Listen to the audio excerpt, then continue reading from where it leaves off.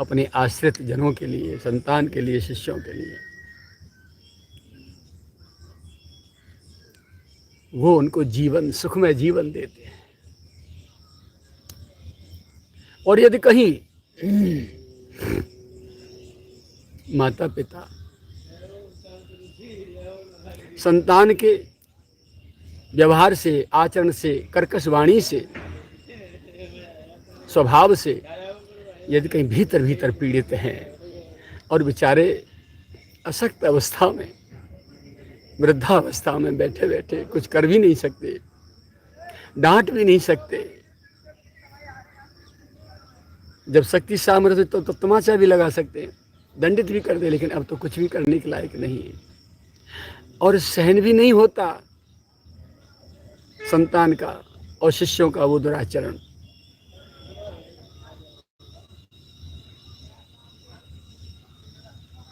लेकिन भीतर भीतर पीड़ा का ठिकाना नहीं होता, हृदय में अपार दुख और पीड़ा होती है।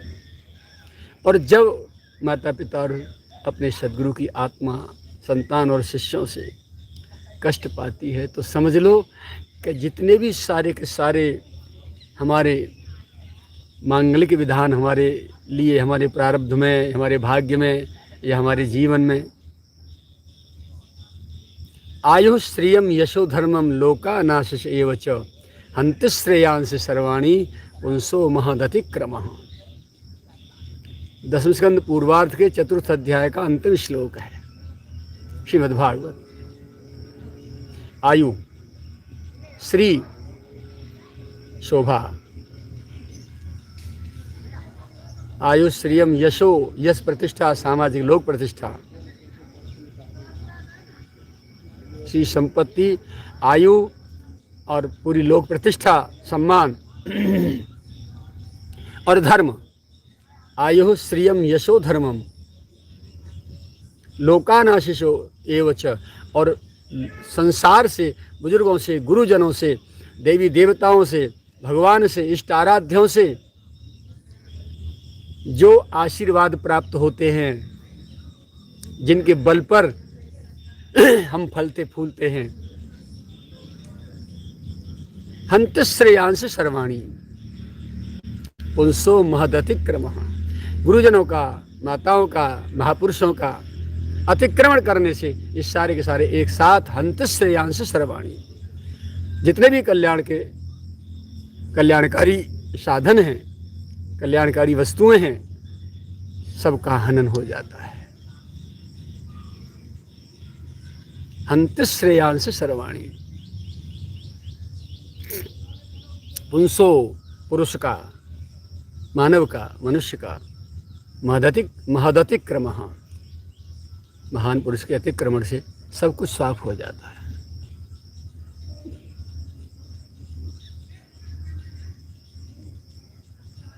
बहुत सावधानी की आवश्यकता होती है जीवन में। भले ही सत्कर्म न बने तो कोई बात नहीं, यदि किसी की सेवा ना बने तो कोई बात नहीं। यदि तुम्हारी कोई परिस्थितियां, विषम परिस्थितियां, देश काल परिस्थिति में आप ऐसे जकड़े पड़े हैं और बंधे पड़े हैं कि आप अपने माता पिता और गुरुजनों की सेवा नहीं कर पा रहे हैं, कोई बात नहीं। लेकिन ऐसा कोई आचरण, ऐसा कोई व्यवहार उनके प्रति न हो जाए जिससे उनको कष्ट हो जाए। यदि सेवा नहीं कर पा रहे हैं तो फिर कष्ट भी नहीं होना चाहिए, इसकी सावधानी। आजकल इस मॉडर्न ज़माने के जो भी लड़का लड़की हैं, इन बातों पे ध्यान नहीं देते और अपनी मूर्खता और बेवकूफ़ी बस अपने माता पिता, गुरुजन, सास ससुर, सबका रात दिन अपमान, कलह, अपमान, कलह, दई दई, और खुद के आचरण इतने पतित कि जिसका कोई ठिकाना नहीं।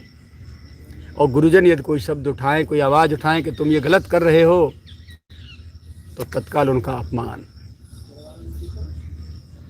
तुम्हारे कर्म तुम्हें खुद खा जाएंगे, ऊपर से ये इनका अपमान। और ये मान लीजिए कि दंड के पर्वत, पहाड़ के पहाड़ टूटेंगे। बिजली गिरेंगी संकटों की, न जी सकोगे न मर सकोगे। अरे ये देवता हैं, ये भगवान हैं, जिन्होंने आपको संसार में प्रकट करके अपने नाम से आने वाली संपत्ति, वैभव, सुख, समृद्धि, प्रतिष्ठा, सम्मान, परिचय सब कुछ आपको दिया है और दे करके ये जाने वाले हैं। तुम्हें पैतृक विरासत से जो संपत्ति प्राप्त है वो इसके मालिक तो यही होते हैं ना। ज्ञान, भक्ति, वैराग्य और संतोष और शांति और भगवत प्राप्ति तक की जो संपदा है वो सद्गुरु से प्राप्त होती है शिष्य को। तो निरंतर ध्यान रखना चाहिए कि हम जिनके हैं पहले तो हमारे आचरण उनके से होने चाहिए, और यदि आचरण वैसे ना कर सकें तो कम से कम देश काल परिस्थिति के अनुसार जहाँ फंसे हो और आचरण नहीं कर पा रहे हो, या सामाजिक असुरता में डूबे हुए लोग आपको उन आचरणों को करने से बाधा पहुंचाते हों तो कोई बात नहीं, लेकिन उनके विमुख कोई आचरण नहीं होना चाहिए, इसका ख्याल विशेष रखना है। ये ध्यान अवश्य रहे।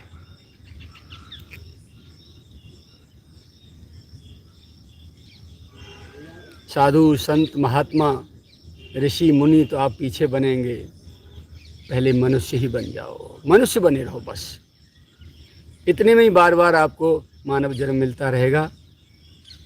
मानवता को आचरण करते रहो, मानवता की रक्षा करते रहो, मानवता की गोदी में बैठ करके जीवन जीते रहो, तो आपको बार बार मानव जन्म मिलता रहेगा और बार बार अच्छे माता पिता और अच्छे संतों की संगति, धाम, शास्त्र, नाम, सद्गुरु कृपा, माता पिता कृपा, सारी कृपाएं आपको बार बार मिलती रहेंगी, बशर्ते आपके आचरण। यदि सत्कर्म नहीं कर पा रहे हो तो कोई बात नहीं प्यारे, लेकिन कोई दुष्कर्म भी ना हो इसकी सावधानी बरतो। यदि माता पिता गुरुजनों को सुख नहीं पहुंचा सकते तो कष्ट भी मत देना। दूसरों को दुख अहंकार से दिया जाता है।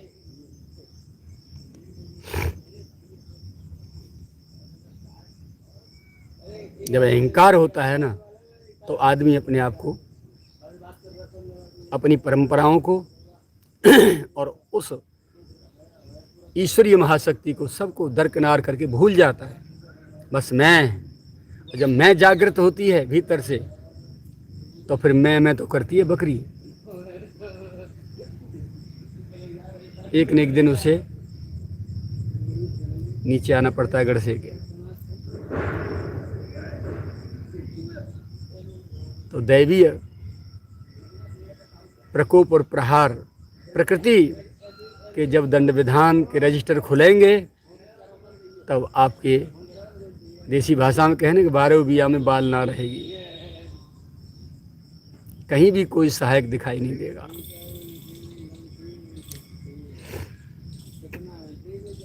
कुल मिला के निवेदन यही है कि जितना बचा जाए उतना अपराधों से बचिए। सत्कर्म आपके जीवन में हो अथवा न हो, कोई गम नहीं, कोई खतरा नहीं, कोई दिक्कत नहीं, कोई परेशानी नहीं। हो जाए तो ठीक, न हो जाए तो ठीक। कलयुग है, ये नहीं होने देता है।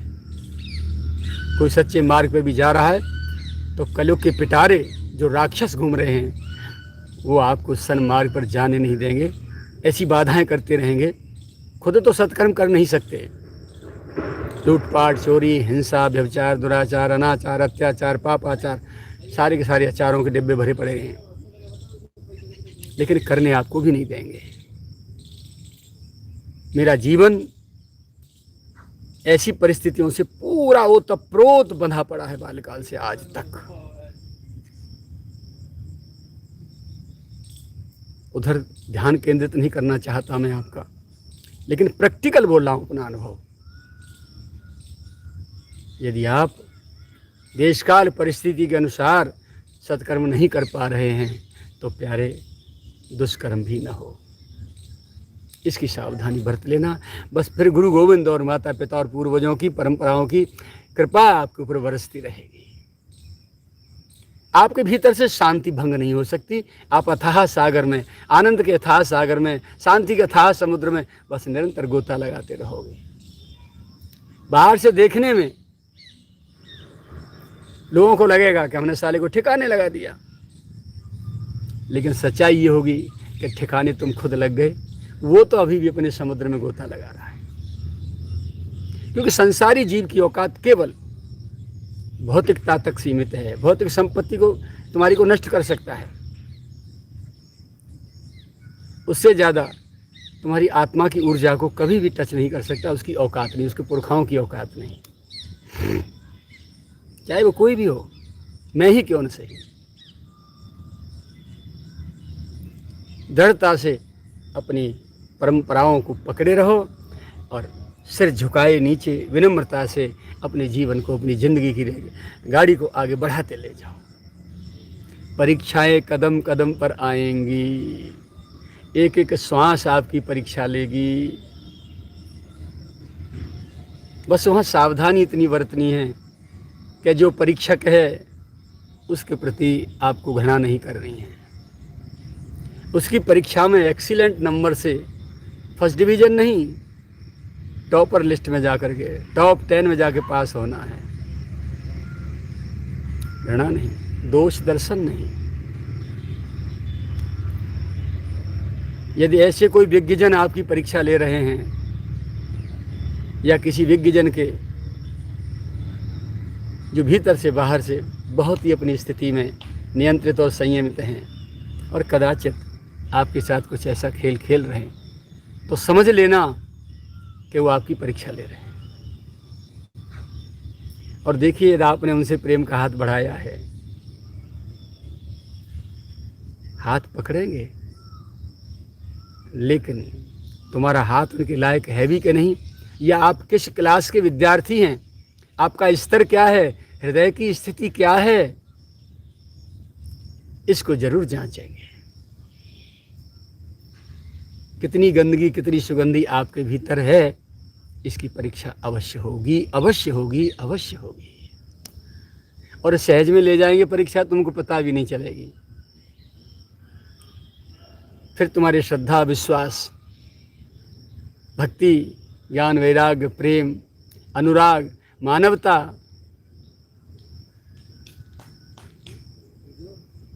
कितनी मजबूती में हैं, या उखड़े पड़े हैं, या हैं भी कि नहीं भीतर, इसका पता चल जाएगा।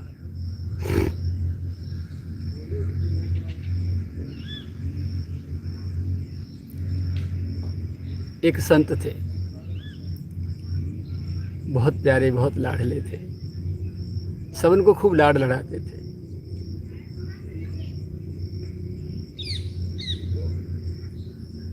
कुछ लोग उनको प्राण प्यारे बाबा, मेरे प्राण प्यारे बाबा, मेरे प्राण प्यारे बाबा।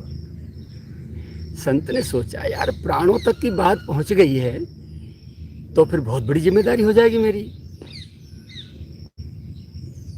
जब सामने वाला प्राण समर्पित कर बैठा है और प्राण प्यारे बाबा, प्राण जैसे प्यारे बाबा, तो फिर ये परीक्षा ली जानी चाहिए। इंटरव्यू देखिए टटोल के, गेज डालिए कितना ऑयल है अंदर।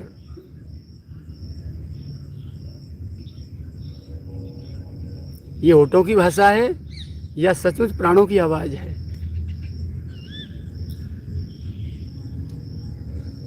कुछ खेल गए, खेल कर दिया हल्का सा उसी में प्राण प्यारे बाबा ही चलते गए, पड़ोसी बाबा ना रहे, उछट के दूर गए। अश्रद्धा और घृणा से भर गए, दूर गए, कोसों दूर गए। सावधानी, या तो किसी को इतना समीप मत जाओ,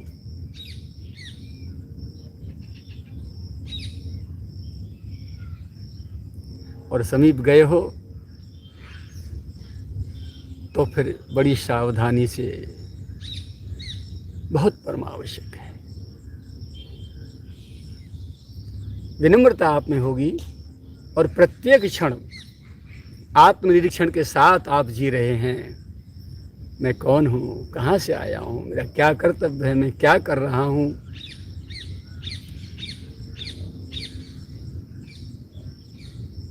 बस निरंतर ये प्रश्नोत्तर होते रहें। और ये संसार है, ये संसार है।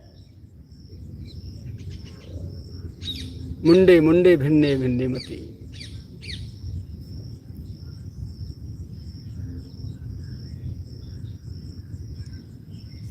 कोई भी दिव्य पुरुष अपनी आध्यात्मिक, अपनी तपस्या की पूंजी को ऐसे समाप्त नहीं कर देगा।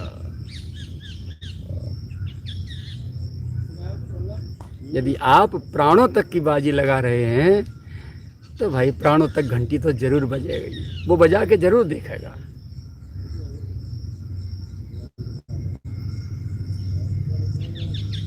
प्राण समर्पित किए भक्तिमती माता मीरा जी ने, प्राण समर्पित किए भक्तिमती माता सबरी ने,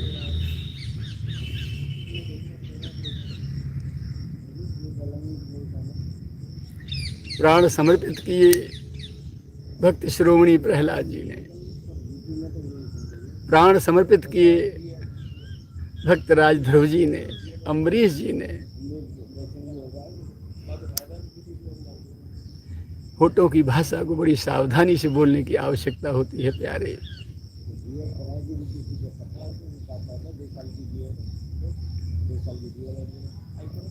तो ये प्राण प्यारे थे बाबा के, पूज्य पिताश्री, जो अपने प्राणों से पहले उनके सुख का ध्यान दिया जाता था। जीवन भर उनकी सेवा की, अपने प्राणों से भी ज्यादा आदर सम्मान।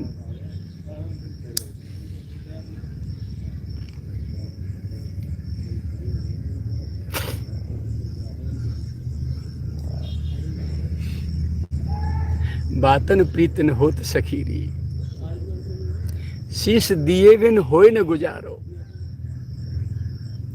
प्रीत की रीत को पेड़ो ही न्यारो, कह जाने वृषभानु नंदिनी और कह जाने ये कान्हर कारो। प्रीत की रीत को पेड़ो ही न्यारो, शीश दिए बिन होए न गुजारो। या तो प्रेम गली में आओ मत, जो जग के ताने सह न सके वो प्रेम गली में आए क्यों। भली अंत समय जहाँ जावनु है तहाँ जीवित ही किन जाइए जो।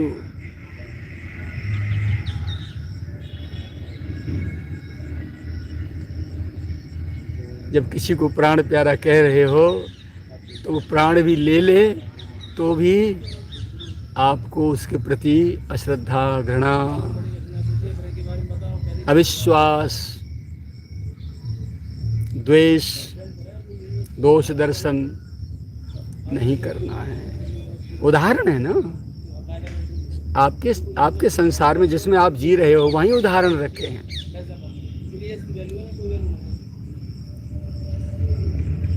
प्रीत कर काहू सुख न लहो, प्रीति पतंग करी दीपक सो। सन्मुख प्राण दयो,